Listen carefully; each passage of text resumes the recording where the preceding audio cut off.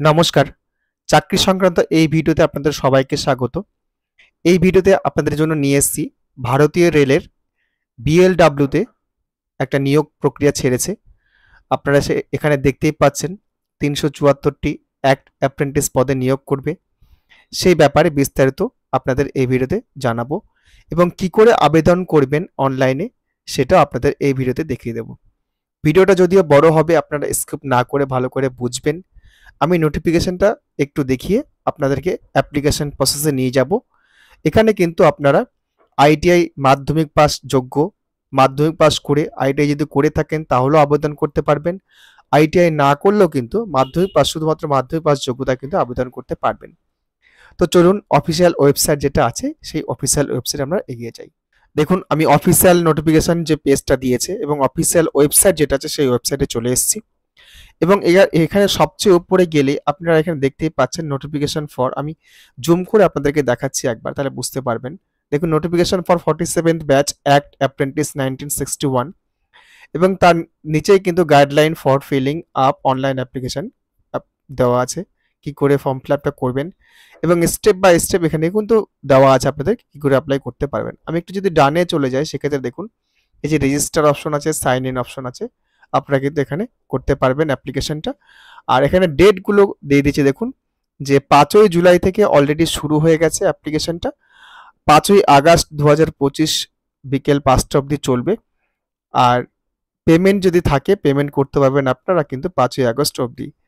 R last date of document update সেক্ষেত্রে আপনার 7ই August. Document আপডেটের একটা ব্যাপার আছে, 7 তারিখ অবধি আপনারা আগস্ট মাসে আপনারা আপলোডটা করতে পারবেন। এখানে আগে পেমেন্টের ব্যাপার আপনাদেরকে বলি। SC ST PWBD women's candidate এদের জন্য কিন্তু ফ্রি আছে। রিজার্ভ ক্যাটাগরি যদি থাকেন সেক্ষেত্রে কিন্তু ফ্রি আছে SC ST আর ওমেন্স ক্যান্ডিডেট বলছি। আর যারা EWS ক্যাটাগরি এবং জেনারেল ক্যাটাগরির মধ্যে বিলং করছে তাদের জন্য কিন্তু 100 টাকা ফিস আছে। তো দেখে নেওয়া যাক সেই নোটিফিকেশনটা। আমি একটু নোটিফিকেশনটা দেখাবো কারণ ভিডিওটা না হলে বড় হয়ে যাবে। তারপর আমি সরাসরি অ্যাপ্লিকেশন পেজে চলে আসব। এই দেখুন তার অফিসিয়াল নোটিফিকেশন। এখানে একটা জিনিস ভালো করে লক্ষ্য করুন, আমি এখানে আইটিআই এবং নন আইটিআই কথাটা কেন বলেছি, দেখুন এখানে লেখা আছে নন আইটিআই এবং আইটিআই দুটোই কিন্তু করতে পারবেন আপনারা। এই যে এখানে দেখুন, এই যে আইটিআই এবং নন আইটিআই, অর্থাৎ এখানে কিন্তু দুটো পোস্টের জন্য দুই দিক থেকে কিন্তু আবেদন করতে পারবেন। যে মাধ্যমিক পাস করে যদি থাকেন সেক্ষেত্রেও করতে পারবেন এবং মাধ্যমিক পাস না করে যদি থাকেন সেক্ষেত্রে কিন্তু করতে পারবেন। আর এখানে যে সিটটা কথা বলেছে, আইটিআই যাদের আছে তাদের 300টা সিট আছে এবং নন আইটিআই যারা আছেন তারা কিন্তু 74টা সিট আছে। এটা হচ্ছে আপনার ক্রাইটেরিয়া, এলিজিবিলিটি ক্রাইটেরিয়া। এবার পরের যে রিলেভেন্ট যেগুলো আছে মূলত বেতন স্কেল সেগুলো আপনাদেরকে দেখাই। দেখুন এখানে যে আপনার ট্রেডগুলোর উল্লেখ করেছে, এখানে ফিটার আছে, কার্পেন্টার আছে, পেইন্টার আছে, মেকানিস্ট আছে, ওয়েল্ডার আছে, ইলেকট্রিশিয়ান আছে। টোটাল আছে এখানে 300টা পোস্ট, এখানে দেখে নিতে পাচ্ছেন। আর নন আইটিআই এদের নিচেই হেল্পার নিয়োগ করবে, সেই নিয়োগের জন্য যেটা আছে সেখানেও কিন্তু 70টা পোস্ট আছে, আমি উপরে দেখালাম সেটা, আপনারা সেটা দেখুন ভালো করে। এই দেখুন এখানে কিন্তু সেখানে প্রত্যেকটার জন্য কিন্তু হেল্পার নেওয়া হবে সেটা কিন্তু দেওয়া আছে। তো এগুলো কিন্তু সব হেল্পার পোস্টের জন্য, যেগুলো ফিটারের হেল্পার, কার্পেন্টারের হেল্পার, তারা কিন্তু মাধ্যমিক পাস হলে পরে কিন্তু আপনারা আবেদনটি করতে পারবেন। এখানে দেখুন যে ফর নন আইটিআই এর ক্ষেত্রে যেটা বলেছে, যেটা মাধ্যমিক পাস হলেই হবে, এখানে উল্লেখ করে দেওয়া আছে the candidate must have pass 10th class examination or equivalent. তার নিচেই দেখুন যে ফর নন আইটিআই কোর্সের জন্য সেক্ষেত্রে কিন্তু 10 প্লাস প্লাস আইটিআই আর সেটা লাগবে বলেছে।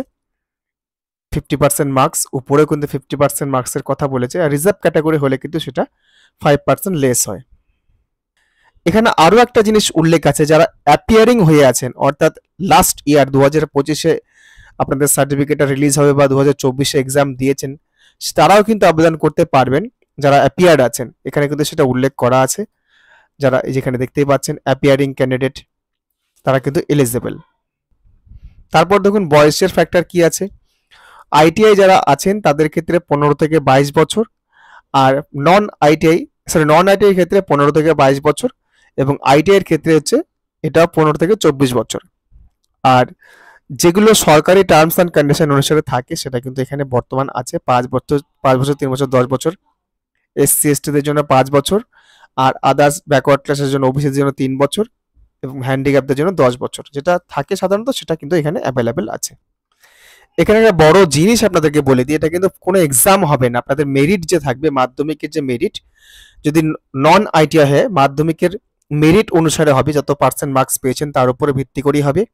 এবং যারা আইটিআইতে পড়াশোনা করছেন তাদেরও কিন্তু মেরিট অনুসারে হবে, কোনো এক্সাম কিন্তু এখানে নেওয়ার কথা বলছে না। দেখুন এখানে দেখতেই পাচ্ছেন, as per merit the candidate will be considered on the basis of merit list in each unit, ITI and or non-ITI both, which will be prepared on the basis of percentage of marks in the matriculation examination with minimum 50% aggregate marks. However, in the ITI selection, ITI pass candidate will be selected, but they will not be given any weightage of ITI score. ITI কোন score দেওয়া হবে না যারা ITI পোস্টের জন্য আবেদন করবেন। They must have only marksheet, certificate, notified trade. অর্থাৎ আপনারা এখানে পরিষ্কার বুঝতে পারছেন যে ম্যাট্রিকুলেশন যেটা আপনাদের পার্সেন্টেজ থাকবে তার উপর ডিপেন্ড করে কিন্তু এই এক্সামিনেশনটা হবে। এক্সামিনেশন তো হচ্ছে না, আপনার এই নিয়োগ প্রক্রিয়াটা সম্পন্ন হবে। এখানে দেখুন স্টাইপেন্ড কথা বা বেতনের কথাটা কিন্তু উল্লেখ করা নেই, যেহেতু এটা আপনার অ্যাপ্রেন্টিস আছে, তো সেখানে এখানে উল্লেখ করা নেই। As per government rule, railway boards rule, সেটা কিন্তু হবে। এবার দেখুন অ্যাপ্লিকেশন ফি এর ব্যাপারে। অ্যাপ্লিকেশন ফি হচ্ছে 100 টাকা। Candidate have to register and make online payment till 16:45 our date 5/8/2025। Online মোডে টাকাটা পেমেন্ট করতে পারবেন। যে জায়গাটা আমি বলেছিলাম যে এসসি এসটি পিডাব্লিউডি ক্যাটাগরিদের জন্য ফ্রি আছে, এই যে এখানে দেখুন দেওয়া আছে যে no fees required for SC ST PH and women candidate. আপনারা কিন্তু এক্সেমটেড ক্যাটাগরির মধ্যে বিলং করছেন, আপনাদের পেমেন্ট করার কোনো প্রয়োজন নেই। যারা ওমেন ক্যান্ডিডেট আছেন বা এসসি এসটি পিডাব্লিউডি ক্যাটাগরির মধ্যে পড়ছেন, অবশ্যই আপনারা আবেদন করুন, যেহেতু ফ্রি অফ কস্টের ব্যাপার আছে, তো অবশ্যই আবেদন করুন লাস্ট ডেট পেরিয়ে যাওয়ার আগেই, যেহেতু অ্যাপ্লিকেশনটা শুরু হয়ে গেছে। এবার আমি চলে এসেছি অফিসিয়াল যে পেজটা আছে যেখানে অ্যাপ্লাই করতে হবে, সেই অ্যাপ্লাই পেজে চলে এসেছি। এবার আপনাদেরকে দেখাবো একটা অ্যাপ্লিকেশন করে। অ্যাপ্লিকেশন কি করে করবেন, আপনারা প্রথমে এই যে রেজিস্টার অপশন দেখতে পাচ্ছেন, রেজিস্টার অপশনে ক্লিক করবেন। এই যে রেজিস্টার, এখানে ক্লিক করলে পরে আপনাদের পরবর্তী স্টেপ চলে আসবে। সবচেয়ে উপরে দেখুন অ্যাপ্লাইড ফর, কোন পোস্টের জন্য আপনি অ্যাপ্লাই করবেন, আমি জুম করে দেখিয়ে দিচ্ছি। দেখুন অ্যাপ্লাইড ফর, এখানে সিলেক্ট করলে পরে দেখুন কি অপশন এসেছে, নন আইটিআই এবং আইটিআই। আপনারা যেখানে এলিজিবল আছেন সেখানে ক্লিক করুন, ক্লিক করে পরবর্তী অপশনে চলে যান। আমি নন আইটিআইতে ক্লিক করছি, ক্লিক করে এগিয়ে যাচ্ছি। তারপর দেখুন ক্যান্ডিডেট নেম, এই জায়গাতে আপনার ক্যান্ডিডেট নাম লিখতে হবে। তারপর হচ্ছে ক্যান্ডিডেট ফাদার নেম, ডান দিকে আপনাদের ফাদার নেম লিখতে হবে। তারপর হচ্ছে জেন্ডার এখানে সিলেক্ট করবেন আপনারা। তারপর ক্যাটাগরি সিলেক্ট করবেন, এসসি এসটি পিডব্লিউডি যাই হন আপনারা, ইডব্লিউএস জেনারেল। এক্স সার্ভিসম্যান হলে এক্স সার্ভিসম্যান করবেন, না হলে না নো করবেন। আর এখানে প্রতিবন্ধী হলে প্রতিবন্ধী ইয়েস করবেন, না হলে নো করবেন।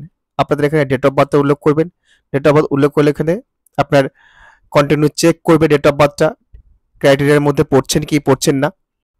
তারপর আপনারা এখানে যে দেখতে পাচ্ছেন ডেট অফ বার্থ বসানোর পরে এই যে মোবাইল নাম্বার দেওয়ার জায়গা আছে, মোবাইল নাম্বারটা দেবেন, ইমেল আইডি দেবেন, তারপর কনফার্ম ইমেল আইডি করবেন। একই ইমেল আইডি দুবার আপনাকে বসাতে হবে। এখানে বোর্ড সিলেক্ট করবেন, কোন বোর্ড থেকে আপনারা পাস করেছেন সিলেক্ট করবেন। ওয়েস্ট বেঙ্গল বোর্ড হলে ওয়েস্ট বেঙ্গল বোর্ড থেকে সিলেক্ট করবেন। কত সালে পাস করছেন সেটা দেবেন আপনারা।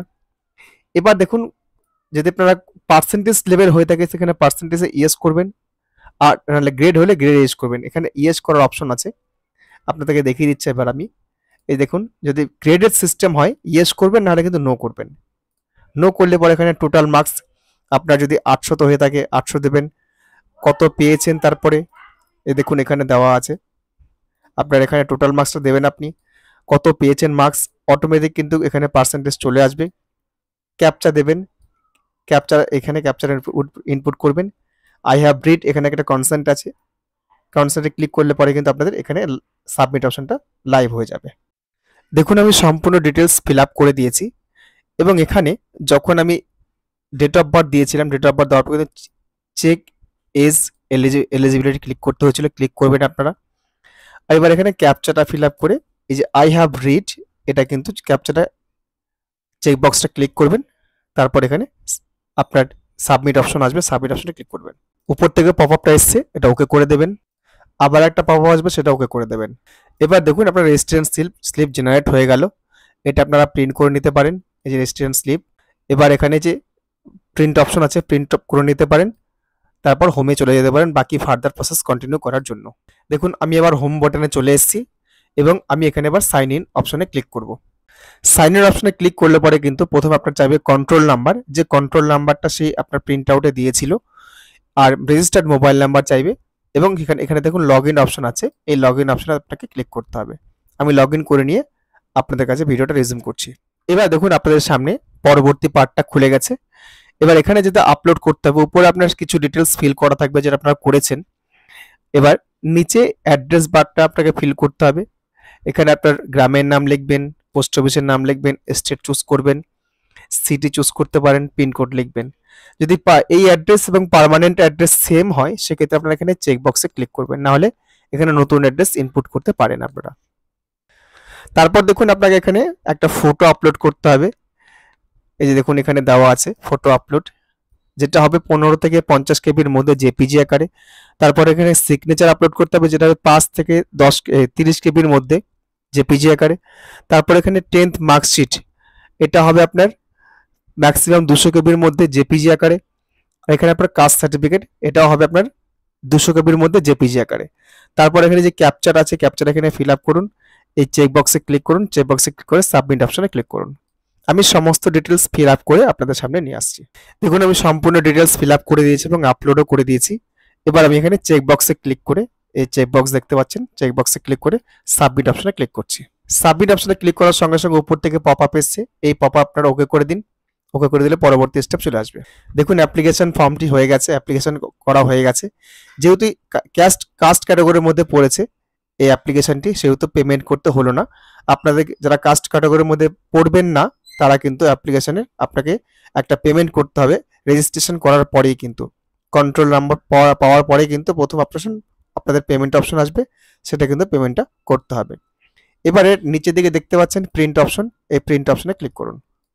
এবার দেখুন ক্লোজ অপশনে ক্লিক করুন, আপনার হোম পেজে চলে যাবে। দেখুন এবার সাকসেসফুলি লগ আউট, এটা এসএমএস চলে এসেছে আপনার, এটা ওকে করে দিন। এইভাবে কিন্তু আপনারা কিন্তু খুব সহজেই আপনাদের অ্যাপ্লিকেশনটি করতে পারেন। দেখতে পারেন কোনো কঠিন কিছু নয়, অ্যাপ্লিকেশনটি করুন আপনারা। যেহেতু ফ্রি অফ কস্ট আছে, কাস্ট ক্যাটাগরির মধ্যে যারা বিলং করছেন এবং ওমেন্স ক্যাটাগরির মধ্যে যারা বিলং করছেন অবশ্যই অ্যাপ্লাই করুন। অ্যাপ্লিকেশনটা নিয়োগ করছে কিন্তু বেনারস ইউপি, এখানে উপরে দেখতেই পাচ্ছেন বেনারস থেকে কিন্তু অ্যাপ্লিকেশনটা হচ্ছে, বা বেনারসের আন্ডারে কিন্তু, বেনারস আরবির আন্ডারে কিন্তু অ্যাপ্লিকেশনটা হচ্ছে। আপনারা কিন্তু ইউপির আন্ডারে এই অ্যাপ্লিকেশনটা করছেন। আপনারা যদি ইচ্ছুক থাকেন অবশ্যই কিন্তু আবেদনটি করতে পারেন। আজকের মতো এখানে ভিডিওটি শেষ করছি। আপনাদের কাছে অনুরোধ করব, যদি ভিডিওটি ভালো লাগে আপনাদের অবশ্যই একটি লাইক করবেন এবং অন্যদের জন্য অবশ্যই শেয়ার করবেন। যদি কোনো প্রবলেম হয় যেটা আমি দেখাতে পারলাম না, সেটা হচ্ছে পেমেন্ট ব্যাপারটা, আমি যেহেতু কাস্ট ক্যাটাগরি একটা অ্যাপ্লিকেশন করলাম, এখানে পেমেন্ট ব্যাপারটা ছিল না। আপনারা পেমেন্ট করতে যদি কোনো অসুবিধা হয় পেমেন্ট করতে, আমাকে কমেন্ট বক্সে কমেন্ট করুন, আমি আপনাদের অতি সত্বর আপনাদের রিপ্লাই করে দেবো খুব শীঘ্রই। তো এই সংক্রান্ত আরও ভিডিও আমার চ্যানেলে আসতে থাকবে, আপনারা আমার সঙ্গে থাকবেন। যদি চ্যানেলটা সাবস্ক্রাইব করে না থাকেন অবশ্যই সাবস্ক্রাইব করুন। আমি এই সংক্রান্ত এডুকেশন রিলেটেড সমস্ত ভিডিও পাবলিশ করব ধীরে ধীরে। সমস্ত রকমের অনলাইন অ্যাপ্লিকেশন কি করে করবেন সেটাও আপনাদেরকে দেখাবো, বা প্রাত্যহিক জীবনে যা যা আমাদের আধার কার্ড প্যান কার্ড রিলেটেড সমস্যা যেগুলো হয় সেগুলো কিন্তু আপনাদের এই চ্যানেলে দেখাতে থাকবো। আর আমি কিছুদিনের মধ্যে একটা লাইভ শুরু করতে চলেছি এবং লাইভে হয়তো আপনারা একটু চমক দেখতে পাবেন, সেটা আপনাদেরকে আগেই বলে রাখি যে হ্যাঁ কিছু আমি লাইভ করব, সেক্ষেত্রে কিছু একটা অবশ্যই চমক থাকবে। সঙ্গে থাকুন, ততক্ষণ অবধি আজকের ভিডিও এখানে শেষ করছি। ধন্যবাদ।